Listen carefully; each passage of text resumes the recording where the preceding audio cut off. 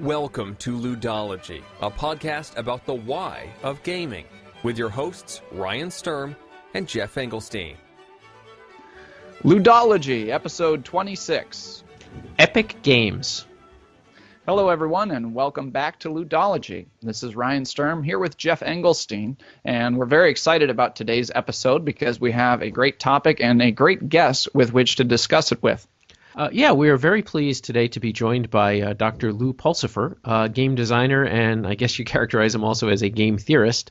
Lou is the designer of several games, perhaps most notably Britannia, which originally was published, I just found out, by Gibson Games over in England, who I think also did the original Civilization and a few other things like that, right? Or am I wrong on that as well? I think Lou? You're right. You may be right there. Okay, and then later was published by Avalon Hill and then is currently out from Fantasy Flight Games.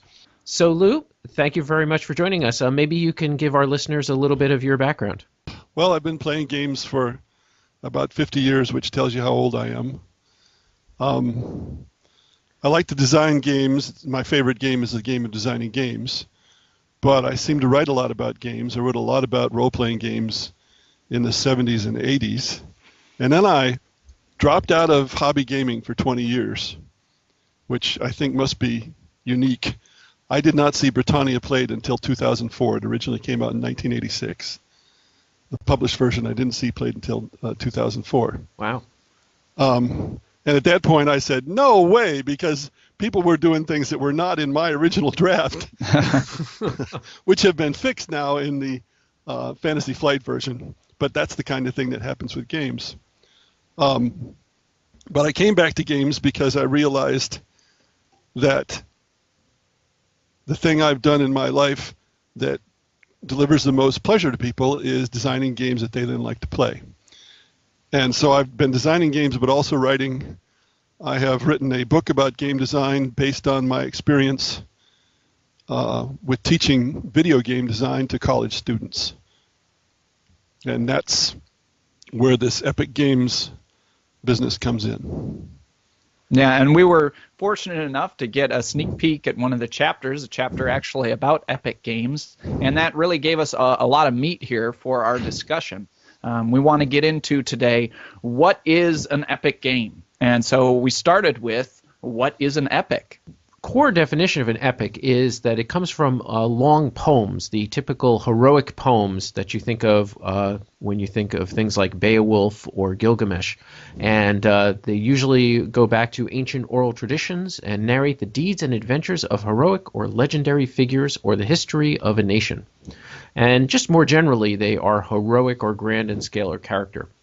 And I think, epic games are perhaps one of those things where you know them when you see them, but we're going to try to pin down exactly, if you're sitting down to design a game, what characteristics you're looking for in an epic game.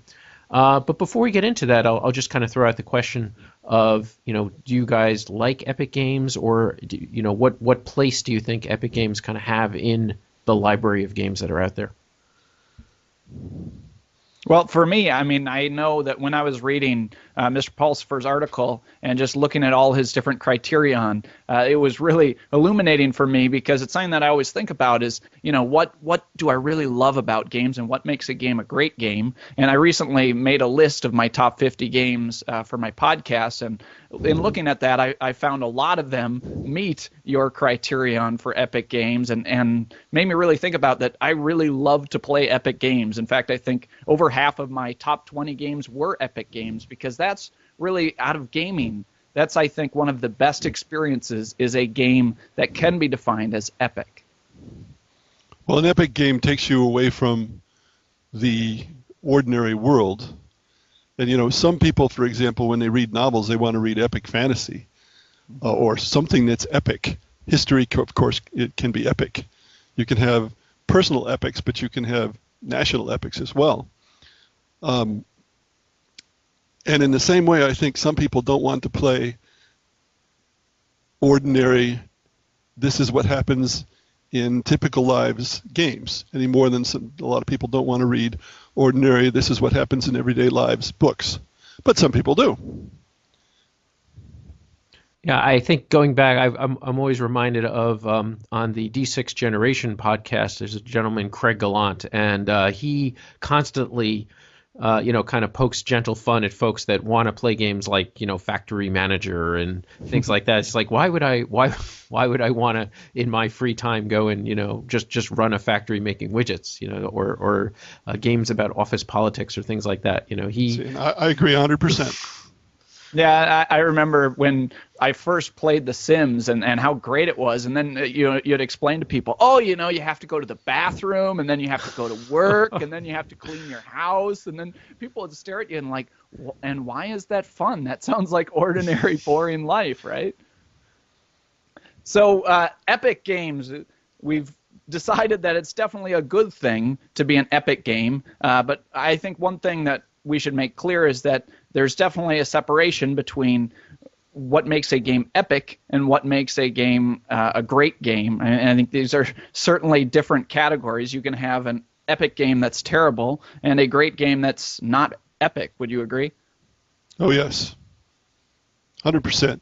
Among other things, you can have great games that are relatively short, and it's very difficult to make an epic game that's short.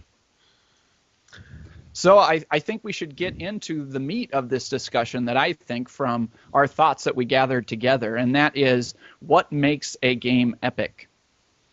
Lou shared with us, he kind of has a framework or certain characteristics that he believes will put a game into that epic category and give it that feel. So I thought we would just kind of use that as the basis for the discussion. So the first kind of major category is scope, that the game has to have a large scope. And kind of the first sub-item under there was that it should be geographically and chronologically broad setting, and then specifically without feeling abstract. So Lou, maybe you can kind of expand on that idea a little bit about kind of what you have in mind for that? Well, any epic, literary epic, or even movie epic that you can name covers, there's a journey involved. And you already made this point in the notes, Jeff, that there's a journey involved. It's usually a journey from one place to another, but it's certainly a journey where the person involved changes or where the nation changes. If it's a nation, then it's going to need to be chronologically broad. If it's a person, maybe it can just be a few weeks. I tend to think of games as being more national epics than personal epics, but it depends on what kind of game you're interested in. Certainly video games tend to be personal epics. The people who design video games and want them to be experiences want their players to feel like they've participated in their own personal epic. And their geography is not so important, and the chronology may not have to be as important. So again, I'm differentiating between personal epics and national epics. Yeah, I think the geography, I think most of your epic board games, do have that, feel of geography, that has a map and has, some sort of progression or exploration or conflict over a map. But there certainly are games like Through the Ages, which, kind of has that broad chronological scope, but the geography is really abstracted out of it.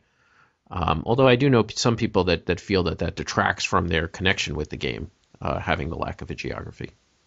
I feel that anything that is an abstraction, an obvious abstraction, I should say, detracts from an epic game. In other words, if you do something in the game that you cannot relate to someone doing that in reality, then it loses some of the story feeling or the journey feeling.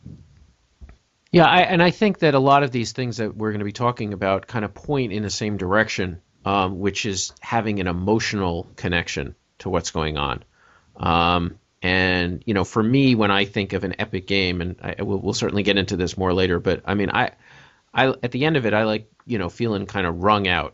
Like I've really been through something, and emotion's got to be a part of that. It's not just sitting at a table for 6 hours that makes it epic. There has to be some kind of an emotional investment in it, which brings us to the second point that Lou has for epic, which is that the the game has to represent a titanic struggle important to very large numbers of people and possibly many generations.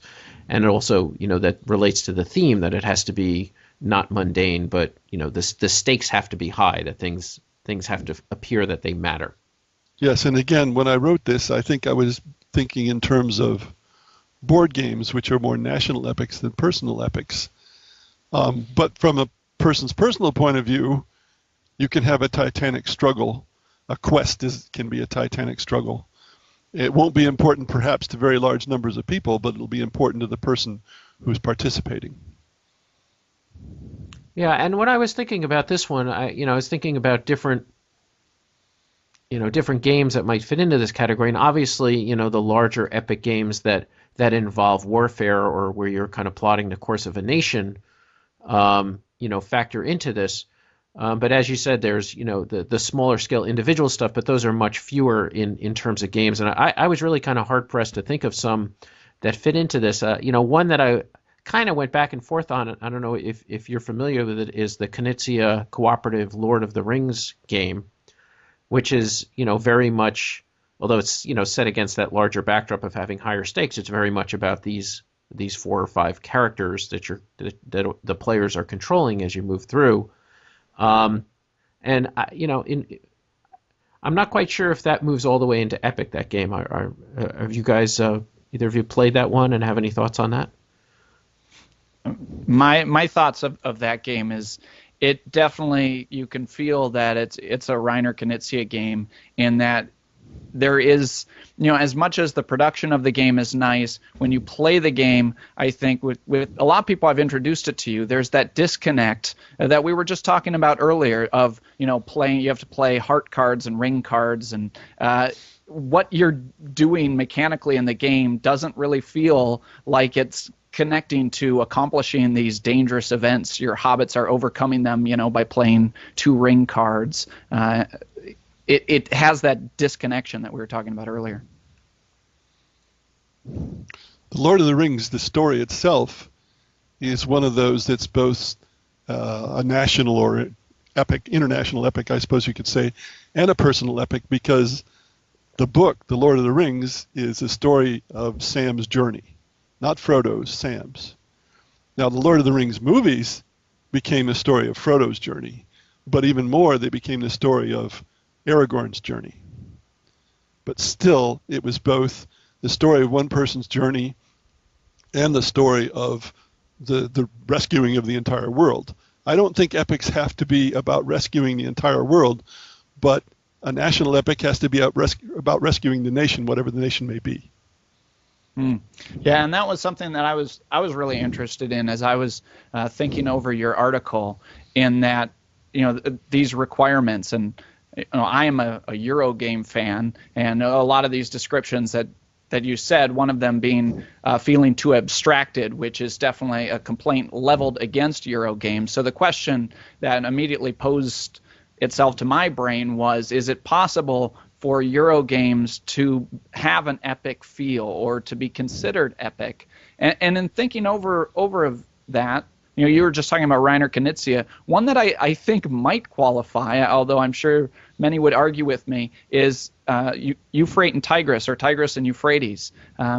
Certainly it's a mechanics-first game, but the scope of the game matches that grand scope that you're talking about, and players can see this story develop, and maybe players have to impose the story onto the game. And there's some that would argue, I think, that it's a complete abstract, but there's others that get caught up in that feeling of these clashing civilizations because the game sort of mimics that. Well, I've only watched that game being played, and it was many years ago, but at the time it appeared to be quite abstract to me.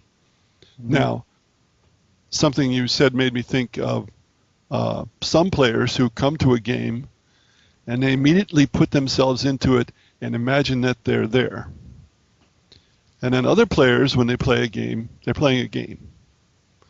Now, it can turn out to be a very good game. It can turn out, when they get done, that they have that exhaustion that Jeff talked about, but they don't go into the game intending that. I'm the latter. I'm playing a game. I'm not worried about a lot of other things. And of course, hardcore video gamers, it's often said, when they play a video game, they ignore all the trappings, the story, context, and so on. They just ignore that. What they're interested in is what they need to do to win the game. Yeah, that's a very good point in that it depends on what the player is bringing to that experience, what they're looking to get out of it. Yeah, but personally, what are your thoughts on that, Jeff? I could certainly see Tigris and Euphrates, having that same kind of a feel because, but like you said, you have to, and that's what we talked about in terms of theme and stuff like that, and in those episodes, is you have to bring something yourself to that and put it on top of it. You have to see your civilization rising and falling, and the stakes are pretty high on it. I mean, your little civilizations can get decimated, your leaders can get tossed off the board. It's easy to put a story on that, even though at its heart it's a very abstract tile laying game. So I could certainly see that. But then unlike the other, when you talk about stakes being high, and I'm tired of reading these fantasy novels where the entire fate of the world is always rests on the shoulders of one poor teenager who's got to find himself. Because it just seems like a cheap way of creating stakes. That's like my wife when she was teaching short story writing. In college, every story that came in, somebody had to get murdered or something horrible had to happen in order for the author to very easily, kind of cheaply raise the stakes. And I think you sometimes see that in this stuff. But is it possible to have that kind of a high stakes feel in like an economic game or a business game, or a railroad game or any of the other types of genres, or is it really need to have that kind of direct conflict that we think of in war games and civilization games and stuff like that? I would never say it's impossible, but I think it'd be very difficult. But I need to digress about your remark. Somebody who's lived as long as I have has seen how things have changed over the years. And you go back before I was born in the 1930s, you had these pulp adventures where the great heroes like the Spirit and so on, and Doc Savage, they could defeat an enemy gang, an evil gang, and that was good enough. And the same thing with movies. You didn't have to save the world every time. But gradually, things have changed to the point where even a Sherlock Holmes movie has to be about something apocalyptic. If you've seen the first or second Sherlock Holmes movie, you're more or less saving Europe, whereas the original Sherlock Holmes stories from 100 years ago, he was not saving Europe. But people have become, I don't know what the term would be, it's not credulous. They become desensitized to how important it is, for example, to defeat the enemy gang. And that's not good enough for them. So if you were going to design an epic game or wanted a game to be epic 50 years ago, there would be less onus on you to have very high stakes than there would be now. Yeah, that's an excellent observation, just in seeing the change of the times, that those stakes have been raised from years to years. And I find it very interesting. I'm glad that you made that distinction that the epic can be at different levels, between having maybe a national epic or a personal epic. Because when I was thinking of other games that I love that maybe more people wouldn't consider to be epic, but that I certainly would. I think about the farming game Agricola. That game for me is a grand story, and it is the story of maybe just one farmer, and trying to grow their farm. But for me, it certainly has an epic feel and matches pretty much all the characteristics that you lay down, except for maybe that grand scope. How would you feel about that? Can a game about farming be an epic game? Until recently, more than 99% of all the people in world history, of going back to when farming originated, have been farmers. It's quite mundane. That doesn't mean the individual farmers don't have great stories. But a game about farming, when I heard Agricola was a game about farming, and then I heard that one of the actions was a baked bread action, I said, oh, ho hum, ho hum. I'm sorry, that's my reaction to an awful lot of Euro-style games. Is, Yeah. oh, it's so mundane, why would I ever bother? But I won't say that you can't make an epic game about farming. I suspect a lot of people would not be interested. But even games that are pretty obviously epic, lots of people are not interested in them.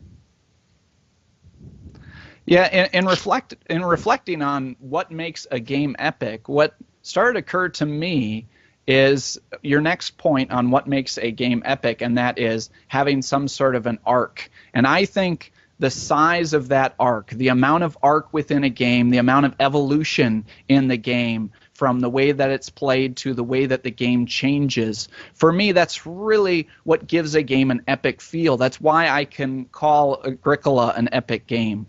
It's why, to me, Age of Steam, a game about building railroads, feels like an epic game because there's such an evolution throughout the game. It seems to me that the amount that a game feels epic is really directly connected to the amount of arc within that game. But what is the arc in Agricola? People become farmers, they have children, they do the same thing that farmers have done for thousands of years. And that's where I would separate from you. But, there are different opinions about games. It's anything that's entertainment, you start to talk to people about what they like and what they don't, and there are vast opinions. It's just like you read the reviews on Metacritic of movies, and some people hate a movie and other people think it's great. Professional critics. Same thing's going to happen with games. Yeah, but I would agree that this story arc component is really, really a critical one for that epic feel. And I think this is where perhaps some business games can start to, or train games, or at the intersection, like the 1830, for example. Mm-hmm. I would almost, kind of put that borderline perhaps on sort of an epic feel, because I think it's got a real heavy story. It's got emotional player investment. I think perhaps it's lacking the scope of things, but I think certainly that arc is a really necessary ingredient in bringing out that epic feel. Yes, you need an arc. I think the difference between us is that if the arc is the same story as vast numbers of other stories like it, then it's not as attractive somehow. Yeah, I understand that. And it's I was thinking about, Civilization, the game Civilization, and that's, one of my favorite, the one from way back, the real one, not the not the new one from Fantasy Flight, but the one, this Tresham Civilization. The one even before Advanced Civilization. That's right. And, certainly I think by any characteristic, I would consider that epic. It has the grand scope. I just wonder sometimes about the progression of that game, the story arc of that game. I think other than the technology aspect, the tech cards is really the only way that you kind of grow and progress. A lot of times in that game, the map board situation, where the cities are and where people's population are, there may be little skirmishes here and there, but things tend to be somewhat static on the board for the most part. Lou, where do you think that the story comes from in Civilization specifically? Well, I haven't played it. Oh, okay. I've watched people play. I've talked to people who've played. And I know a lot of people think Advanced Civilization kind of ruined it because it added a military component, if I recall. It made the military more important. Yeah. But perhaps Civilization is epic because of the topic and because of the length, because it's a very, very long game. And yet people who like to play say it doesn't bother them the least that it may take 6 or 8 hours or 12 hours or whatever. Yeah, but within the game, I think you're probably right. It seems to be fairly static, except for the technology. Yeah, I would agree with Jeff in this one, is that Civilization, though it's hard to not call it an epic game, it certainly has sort of a plateau point. It builds and then it sort of flatlines in the middle of the game where, people are growing with their technology, but the game doesn't really change that much. And one thing in my thoughts about this, and why do we consider games with certain themes to be epic games? And generally those themes are civilization themes or space conquest themes or heroes, going on a quest to save the world. I think the reason for that is that these themes naturally lend themselves to that kind of large arc. Whereas, we were talking about counterexamples, one wouldn't think that you could make a farming game that has a narrative arc, but Agricola, when you play it, certainly you feel that arc as you have the tension, your family grows, and things get more complex and challenging, and those harvests come, and it just gives you the tension in your belly. So although it's difficult, I think it's possible to create epics with any variety of theme, but it's more challenging. I think these more traditional epic themes that we're used to naturally lend themselves and make it a little bit easier on the game designer to create that sort of experience that players are looking for. I think a difference is conflict. In a heroic epic or a national epic, there are generally bad guys who must be overcome. In farming, normal farming, there is not. Now, if you have farming and a farmer has to defend his farmstead against raiders, or the farmer has to defend his farmstead against cattle barons and so on, then you've got conflict. There's weeds. Conflict that's intelligent, I should say. Yes, the faceless conflict of trying to survive is not very heroic, even though it's the basis of civilization. If people didn't struggle to survive, then there would be no civilization. Yeah, but it's not regarded as heroic.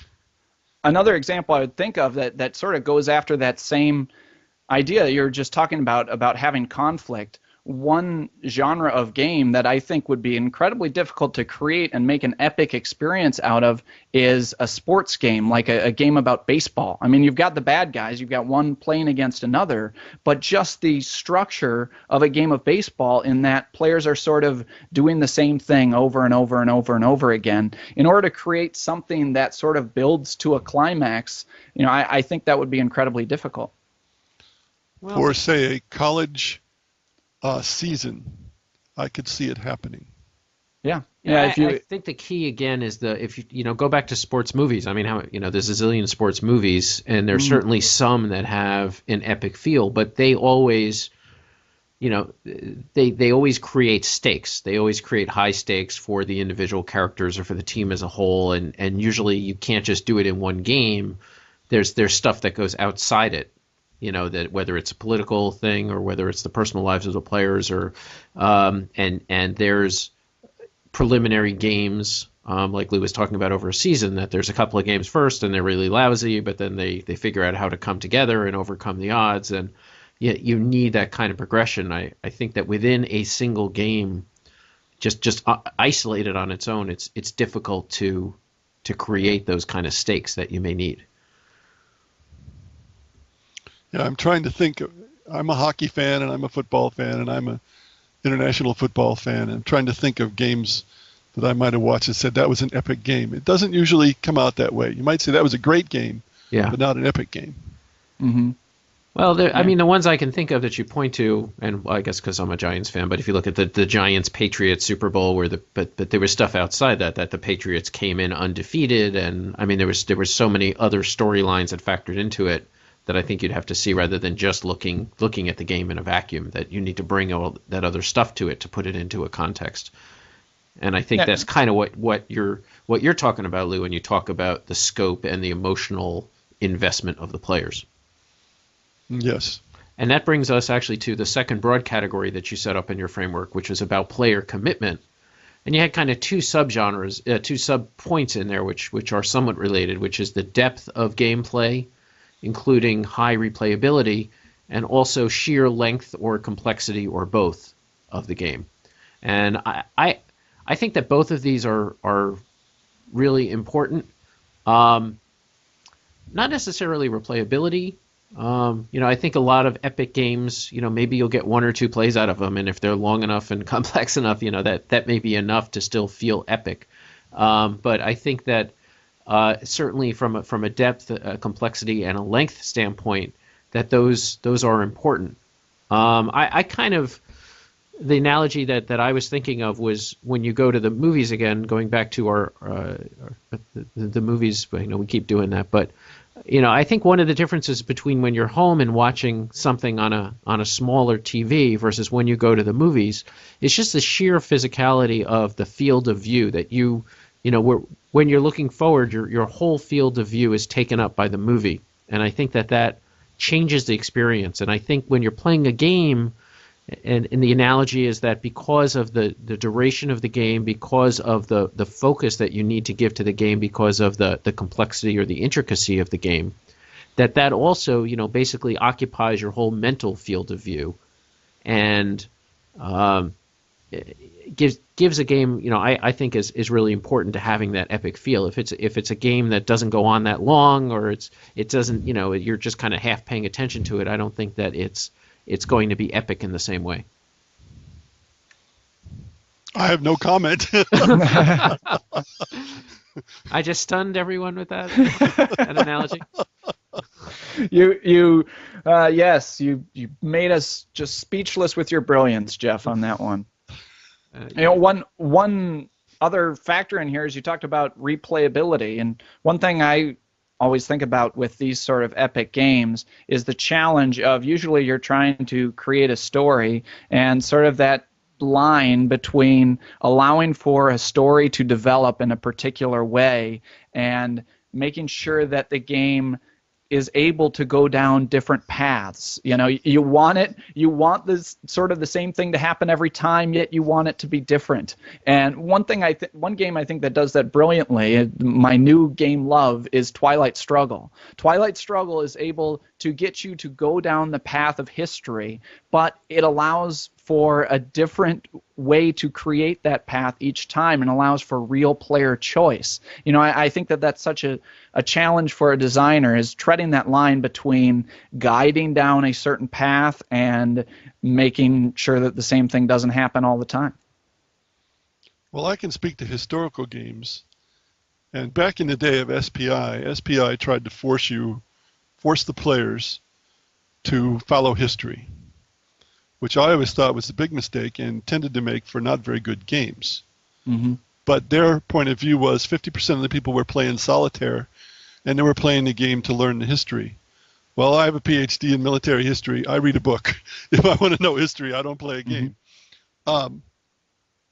So when I design games that are based on history like Britannia, yes, I want things to be as historical as possible, but when there's a conflict between good game and good history, I'll go for the game every time. And the result is, of course, people look at Britannia and some people say, oh, it's terribly scripted. You have to do the same thing every time. Well, people who play know that, in fact, that's not true, and it can deviate a great deal from history. Another point about history is, and this applies to most things, what actually happens is often not the thing that was most likely to happen. There's a lot of chance. And if people want to read more about that, there was an article in ATO magazine about that about a year ago that I wrote. So why force people to do what actually happened in history when it probably wasn't the most likely thing anyway? Set up a situation where they can do what they want, where they can make their own story. And I think even though the game has the story, in the case of Britannia, it's 1,000 years of British history, people make their own story when they play every time. And that, to me, is the ideal. Mm-hmm. Yeah, it's interesting to hear you say that, because we had another designer, Phil Eklund, I think, who has a little different ideology. So I think it, definitely varies from designer to designer as far as the goals of the person creating that game. I know that his focus, and I think it depends on the topic, whether it's history or whether it's science or what it might be. But I know that he would speak to if it was a choice between game or simulation aspect, then he would veer on the simulation aspect. But he is modeling science. I did listen to that Right. one. He's modeling science, and I'm modeling history. And history is full of chaos. Science, yes, there can be chaos, but there are certain scientific laws, and they apply, and that's the way it is. Yeah.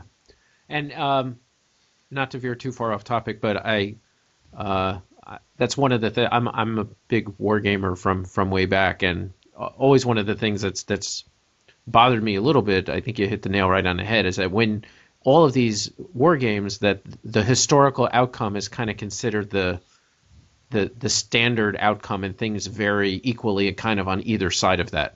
That's considered like if you're playing games that are based around World War II, and maybe the Allies have to defeat Germany by X date. I mean, that date is always, June 1945 or whatever it is, and that's what it was historical. And if you can go faster, then you're doing better. If you're slower, you're worse. And there's this kind of assumption that was the average outcome, and that's certainly.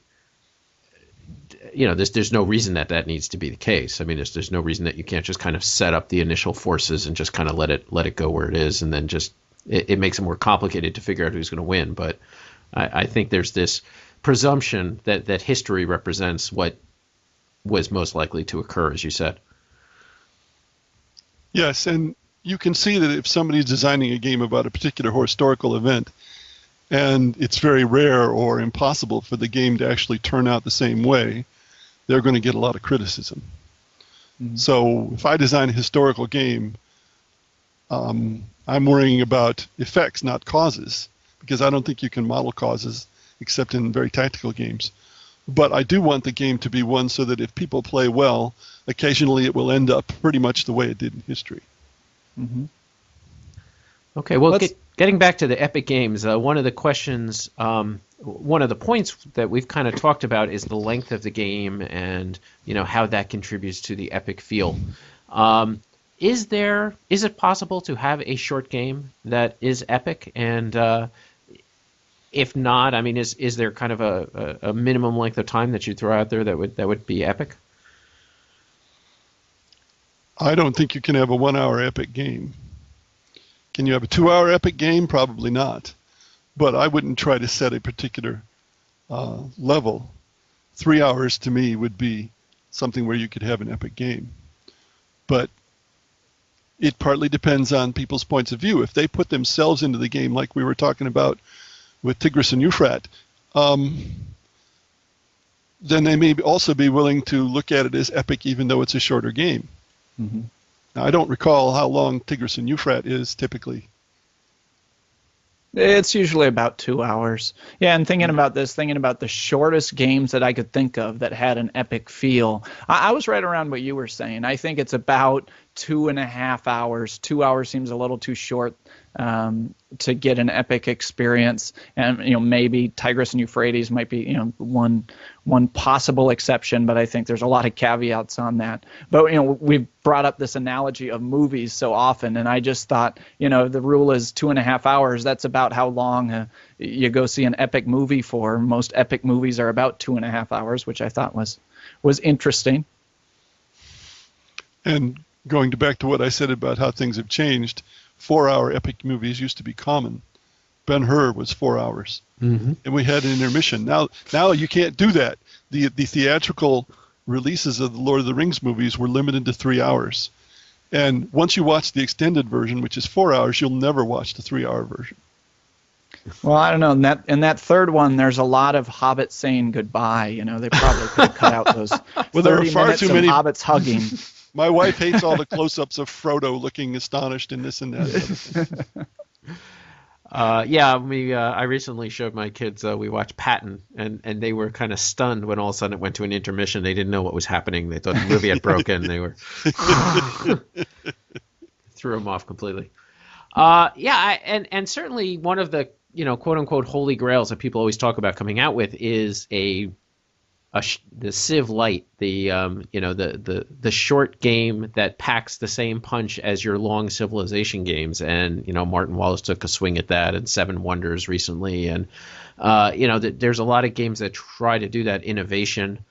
But they've all fallen woefully short from even coming close to capturing that type of thing, that type of feel. And I've often wondered if it's just strictly a length thing, if it's just just in if you set something for 60 to 90 minutes, if it's just impossible to engage the players in the same way.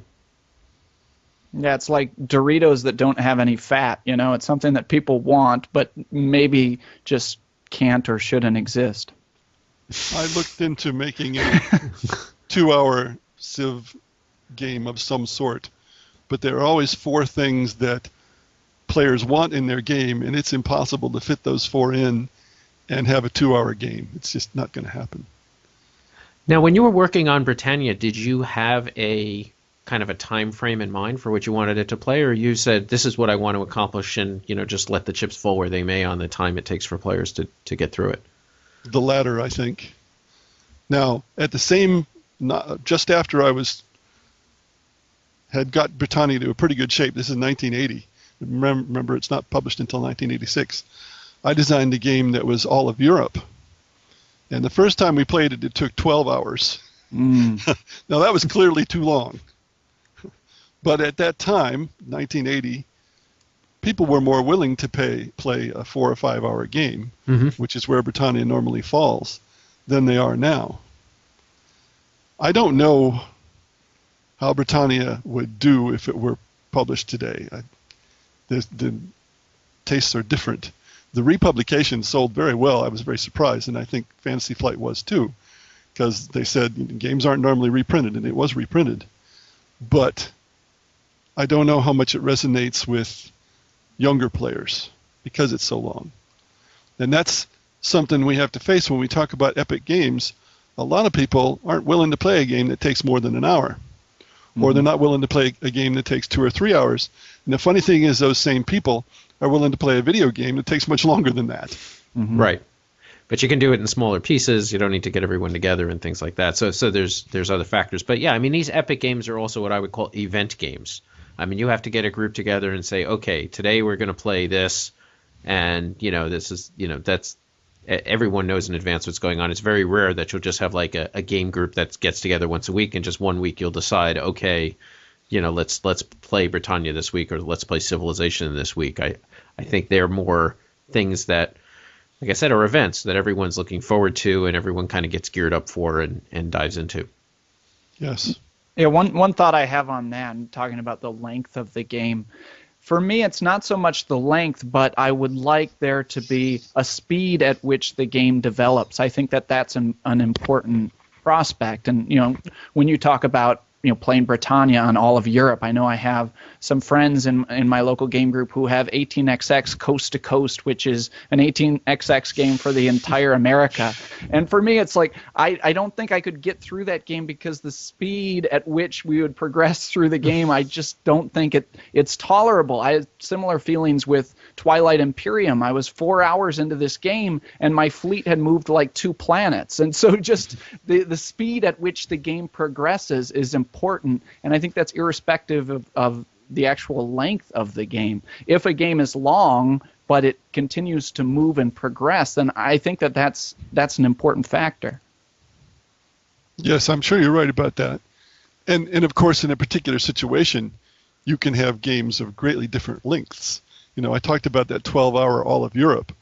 I have an All of Europe game that's probably 6 hours. I have another one that, when some guys played it a second time, right after the first time, they played it an hour and 40 minutes. But that hour and 40-minute version is not epic. And because so much of the detail has been lost, and because it's not very long. But it might be more attractive to modern gamers.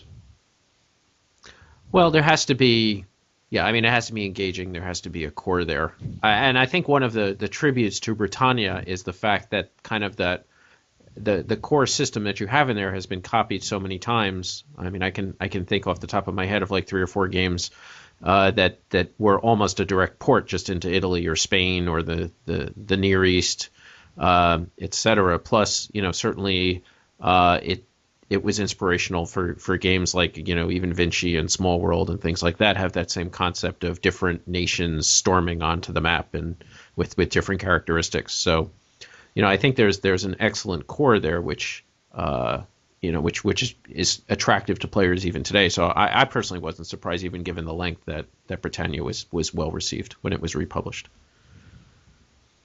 So the last major kind of category that you had in your framework, Lou, is tension and memorability. And the first one you have is gameplay reflects major changes over time, and end-of-game gameplay feels very different from the beginning. And that relates to the earlier discussion we had about the story arc, that it's not necessarily just the position on the board, but also, the capabilities of the pieces and what they can do. And I think that's one of the things that has really been embraced in modern game design, is that concept, not just of, locking the players in a room and letting them beat on each other, but the concept of building something, of building technologies, of building different abilities, that's used so often in so many games, whether they're Euro games or more thematic games. Well, one of the major differences between Euro games and other games is Euro games are about building up. And a lot of other games are about tearing down as well as building up. War games, you're tearing down the other side while trying to build up yours. A lot of Euro games don't give you an opportunity to tear down the other side. And a lot of people who play Euro games don't like the idea of doing that. Mm-hmm. Yeah. And is that something that doesn't appeal to you from Euro games, that it's more of it doesn't have the conflict that you're looking for from games? Well, I play games for two reasons. One is for depth of gameplay. And we don't need to start getting into that because it's very, very hairy. But and the other is socialization. And I find there's a lot more socialization in a game where you're conflicting with other people. It doesn't have to be a serious conflict. There's a whole category of games that I call screwage games. Yeah. Bang, nuclear war.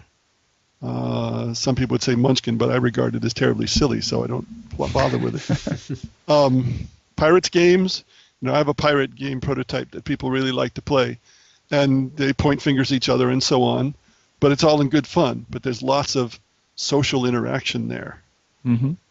And you don't seem to get that much in Euro games. Now, what does that have to do with an epic game? I'll go back to, I think there needs to be a big conflict in an epic game of some kind, because that's part of the reason why things feel epic, because there's a conflict. Mm-hmm. Yeah, but I do like this concept of change over time, and that you have different abilities at the end. Just a couple of quick points on that. First, going back to the war games, I think that's one of the reasons that, when you look at strategic conflict games, that so many of them are centered around World War II, because you not only have that conflict between nations, but you've got that kind of technological element of different types of ships and planes and tanks and things like that coming out, and you feel a lot of the larger strategy games, even Axis and Allies, have that technology thing built into it, which I think adds an extra dimension. But I also think it's why, for example, Cosmic Encounter, even though it can be long and it's got a lot of those sort of epic elements, just doesn't quite get over the bar of epic for me, because I feel that it's the situation at the beginning of the game is the same as the situation at the end of the game, and maybe there's different diplomatic efforts and things like that, but there's no real progression, and I guess that also goes back to the story arc discussion earlier. Well, I think the reason I put memorability in there is you can have games that people play and they enjoy playing them, but when they get done, there's not much to remember. And an epic game, if it's truly epic, there's going to be things to remember. There's going to be stories you can tell about the game. Chess is not an epic game. You can have an epic play of chess, perhaps, but it's not an epic game. And I think that's partly because the individual chess games are not very memorable, although certainly people who are very much into chess will remember some of them. It doesn't have a personality, I guess, is another way you could put it. Yeah, I would go back to what you said earlier about having a conflict being an important part of an epic game, and that really stirred some of my thoughts about our earlier discussion on whether Agricola can be an epic game. And I think that that's a valid argument. We're comparing epic games. You're thinking about a game just being a great story. And, there are not a lot of great stories that you read where four people are all trying to do the same thing and it ends with one person doing it a little bit better than the other person, because that's sort of how Euro games all are, right? Everybody's doing something and I have 74 and you have 72 and you have 70 and you have 63 and I'm the winner because my farm was a little bit better than yours. No one would buy books that related that particular story. Whereas when we're thinking about some of these games that really classically could be called epics, you perhaps could, after playing the game, maybe try to pen a novel after that experience. Yes, Euro games, many Euro games, are more puzzles than games because of that lack of conflict. At least what I call puzzles. I think that a game has to have intelligent opposition, and if you don't have it, you've got a puzzle. And many people really like solving puzzles. And they like solving puzzles collectively, which is one reason why cooperative games can be very popular. But without the conflict, it's not going to be epic. It can be something else, but not epic. And one other characteristic you have in here is asymmetry. And I think that is an important characteristic. One thing, just to keep going to this whole analogy to books and movies, in that having some sort of asymmetry builds sort of character, I guess, into the story, or builds the setting of that story. And if you have something that's just generic and not a lot of thematic integration, then that story is much weaker and much less absent. I agree entirely. Your analogies to novels are very apropos. Yeah, and I think that the asymmetry also brings out that personality that you discussed earlier, Lou. That it's, you're maybe the seafaring nation or whatever, but you've got, it gives you that identity that's important to the sense of story, the sense of place, the sense of scope, and the sense of having stakes. I think all of those things come into that. If you're just another nameless, faceless, player, then it's hard to get emotionally invested in it in the same way. So everything kind of wraps up in your last point here on your list, which was that the game engenders gaming stories that you remember fondly and retell with pleasure.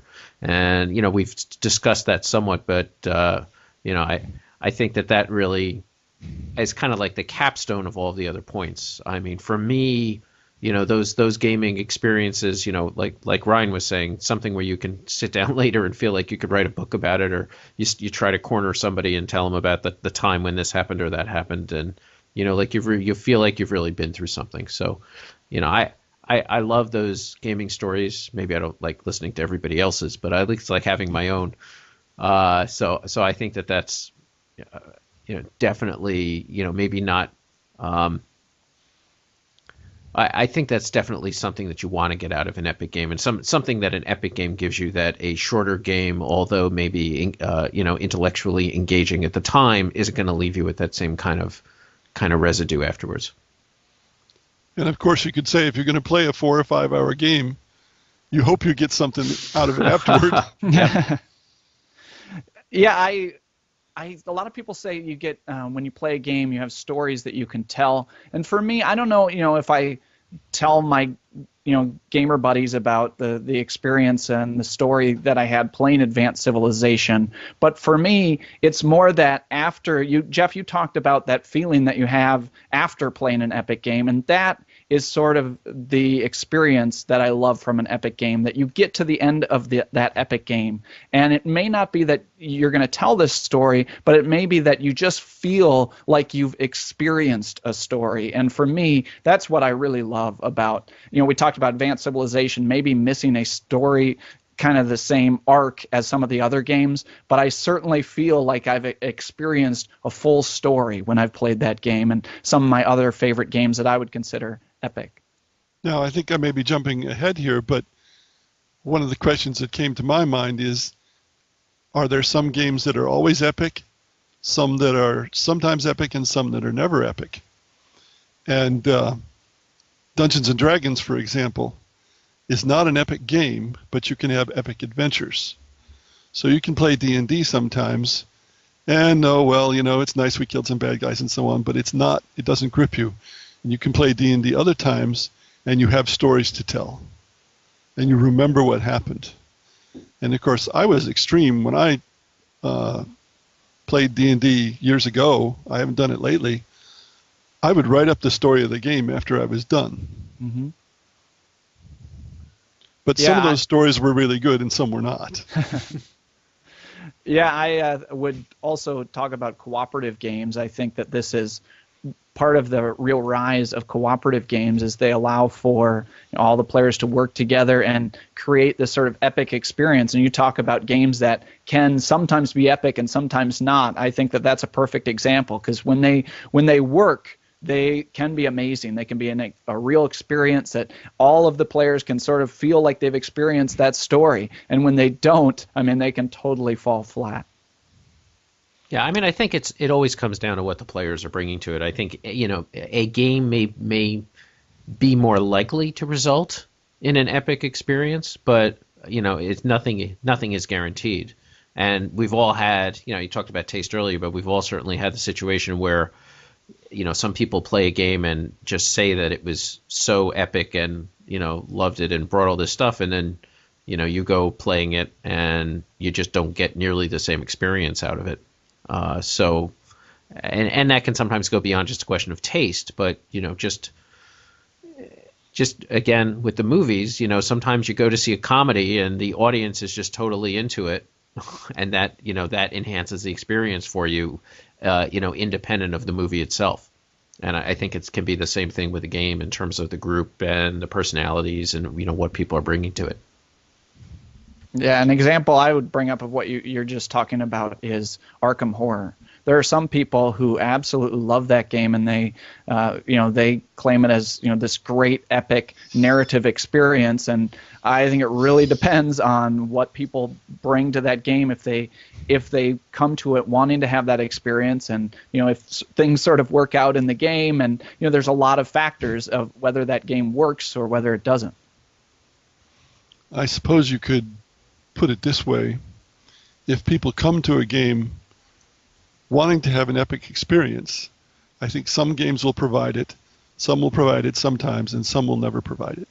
Mm-hmm. You could think of it as the old bell curve or Gaussian curve, where you've got epic at one end and the abstract would tend to be at the other end, and in the middle you have games that could possibly be epic. I think I'd move the bell toward the non-epic end. Most games are not epic, but that's partly because an awful lot of the new games are only an hour or two, and I just don't see how you can make those epic. Okay, I would definitely agree with that characterization. And I think that we're getting close to the end of our time here. So before we go, I was just wondering, Lou, is any other game designs or projects or anything that you have going on that you could share with us? Maybe give us a little scoop? My problem is I design lots of games, but I'm too hard on myself. And I also hardly ever submit them anywhere to be published. So I do have a game that's supposed to come out from Mayfair, an abstract game as it happens. Okay. And there's another fairly abstract, a Screwage game that Z-Man was interested in, and then Z-Man sold his company and so on. I don't know what's happening there. But my best advice to the game designers is you've got to submit to your games, and I tend not to. Like I say, my favorite game is the game of designing games. So I'm happy to design them. The work at the end of marketing and so on is just not very attractive. Well, I could see that. I think a lot of the attraction is solving that, kind of intellectual puzzle or the creative application of ideas of how you get the effect that you want to have.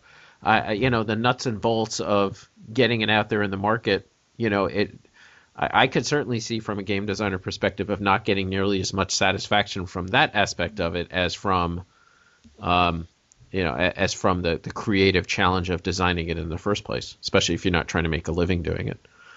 Yeah, so lately I have been working much more on books. This book that's coming out from McFarland, the title is Game Design. That's the short title.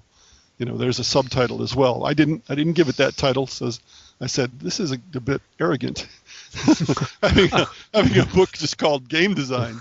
The whole title is Game Design: How to Create Video and Tabletop Games Start to Finish, and it's intended for people who are beginners. It's not for people who have designed a lot of games, although I think that those people would find something in it. It's not a very long book. It's 102,000 words, which is slightly longer than the average novel, but a lot shorter than your typical game design book. And it uses both video and tabletop games because the best way to learn to design games is through tabletop games, because you can get immediate feedback. You don't have to spend hours, at the very least, more likely weeks or months, creating the prototype before you can test it. I also am going to put together 3 books of reprints of my articles. One will be diplomacy, and the other 2 will be RPG stuff, the articles that I wrote in the late 70s and early 80s. And I have some other book ideas. Yeah, I look forward to seeing that book when it comes out. And you also have a blog with some of your thoughts on games? Yes. Recently I expanded it. I put it on Fortress AT now and Board Game Geek and Board Game Designers Forum. And sometimes it goes on to Gama Sutra, which is the #1 site for people who are professionals in the video game industry. I'm unusual. I try to combine it all together. I don't want to ignore the video games. I don't want to ignore tabletop games. There are an awful lot of people in video game land who are what Greg Kostikian calls vidiots, because they pretend that because tabletop games don't involve programming, they don't count. And then you get somebody on the tabletop side who tends to ignore video games, and I call them table dopes. I haven't thought of a better term, but tabletop table dopes. It's the best I've thought of so far. It's a good start. And it just is amazing to me that with these 2 vast industries, and one with a very long history and the other with quite a long history, people just ignore the other side. Yeah, I think I think you're spot on with that. There's a tremendous amount of good ideas that come out of the video game industry and innovative concepts that would really have good applicability in board games.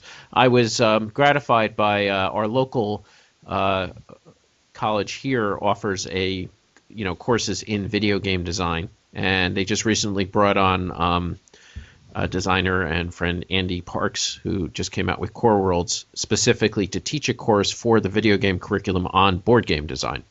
And it's he walks them through, and they actually each have to design a board game project as a way of kind of learning the craft of design.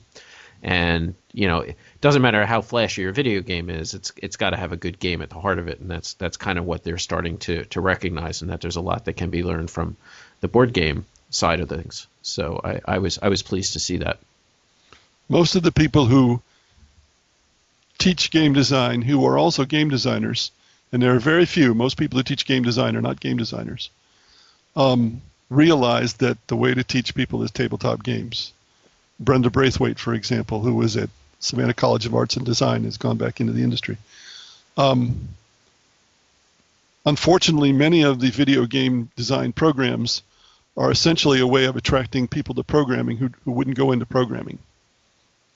That is to say, the current generation is not into programming in general, because they've been taught that that precision is not necessary, that close is good enough, and that you can rely on trial and error or intuition rather than logic. Well, that doesn't work with computer programming, as I believe Jeff knows. Yes.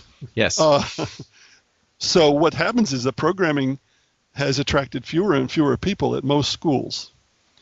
And a lot of schools then have branched out into video game design. They call it video game design because game design is sexy, but what it amounts to is we're going to teach you programming. It sounds like your local school is better than that. Yeah, hopefully it's a trend and not just an isolated incident, but we'll see. But I think that's, the relationship between video games and board games is a topic in and of itself, and I'm sure it would be a fascinating one, and we would love to have you back on sometime in the future. I think this has been a very interesting discussion about a fairly narrow topic, and I'd love to get into some other things with you as well. Sure. Yeah, I very much enjoyed it, and I think figuring out what makes a game epic, I think, is a very valuable pursuit, and I really enjoyed the last hour speaking with you, Louis. And I should say that I was helped a lot by people on Board Game Geek when I posed the question originally there. That what you have is the end result of all those discussions. Great. Well, it's always good to crowdsource, and unfortunately, this podcast is only about an hour, so I guess there's no way that we could qualify as epic, but perhaps someday we'll go in for a 3-hour show and see what we can do. Oh boy, 3-hour show. That would be fantastic. Okay. I'm used to teaching 4-hour classes. It wouldn't bother me. Well, speaking of Board Game Geek and the helpful folks over there, we would certainly love to hear what you have to say about this topic and your thoughts on epic games in general. I see that Lou has been popping up and commenting on some of our older episodes, so I'm sure that he would be around and would be interested in answering any questions or comments that you might have there on the Guild. You can find a link to that on our website at ludology.net. So that will do it for this episode of Ludology. Thank you so much for listening, and we'll see you in 2 weeks. And thank you one more time to our guest, Lou Pulsifer. Thank you. Thanks for listening. Ludology is made possible by the support and donations of listeners like you. We encourage you to visit us at ludology.net to get involved in a continuing discussion of today's topic. Ludology is part of the Dice Tower Network, the premier board game media network, featuring the How to Play podcast and the flagship podcast, The Dice Tower. For more information on these shows and much more, please visit www.thedicetower.com. Until next time, keep thinking, keep learning, and keep playing.